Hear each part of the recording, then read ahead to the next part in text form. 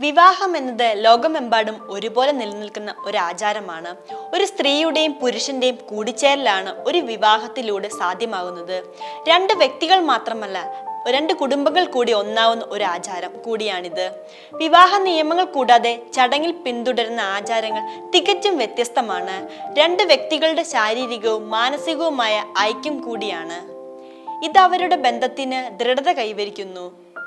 വിവാഹത്തെ ചുറ്റിപ്പറ്റിയുള്ള ഒരുപാട് ആചാരങ്ങളും ചടങ്ങുകളും നമ്മുടെ സമൂഹത്തിൽ നടക്കുന്നുണ്ട്. അത്തരത്തിലുള്ള ഒരു കൂട്ടം സാക്ഷികളുടെ മുമ്പാകെ വരൻ വിവാഹ കരാറിൽ ഒപ്പുവെക്കുന്നതോടെയാണ് ഈ ചടങ്ങുകൾ ആരംഭിക്കുന്നത്.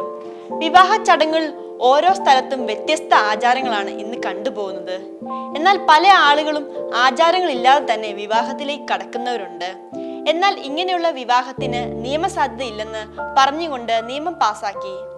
ആചാരപരമായ ചടങ്ങുകളില്ലാതെ വെറും രജിസ്ട്രേഷൻ മാത്രമായി നടത്തുന്ന വിവാഹത്തിന് നിയമസാധ്യതയില്ലെന്ന് ജസ്റ്റിസുമാരായ BV നാഗരത്ന, അഗസ്റ്റിൻ ജോർജ് മാസിക് എന്നിവരുടെ ബെഞ്ച് വ്യക്തമാക്കി.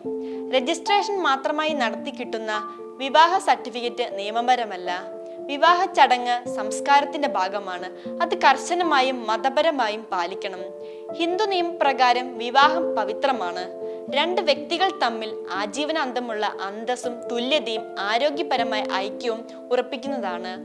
വിവാഹ സർട്ടിഫിക്കറ്റുകളുടെ നിയമസാധുതയുമായി ബന്ധപ്പെട്ട ഒരു കൂട്ടം ഹർജികളിലാണ് വിധി.